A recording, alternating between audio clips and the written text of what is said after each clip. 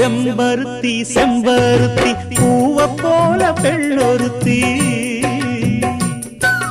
காதலன தேடி வந்தாள் கண்ணில் வண்ணமை எழுதி மேலும் கீழும் ஆடுகின்ற நூலிடைதான்